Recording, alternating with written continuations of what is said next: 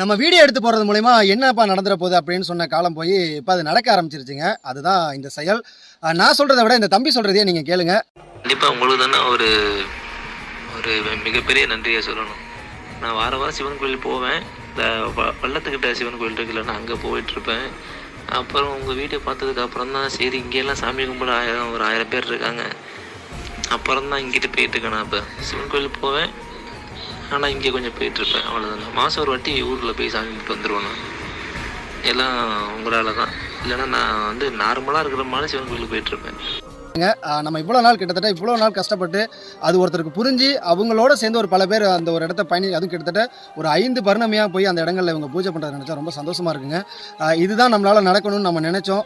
எல்லாரும் போகிற கோயில்களுக்கு நம்ம போய் என்ன பண்ண போகிறோம் அப்படின்னு சொல்லி தான் நம்ம ஒரு வகையான கோயில்களை தேர்ந்தெடுத்து வெளிக்கொண்டு வர பார்த்தோம். ஸோ அந்த கோயில்களுக்கு மக்கள் போக ஆரம்பிச்சிட்டாங்க.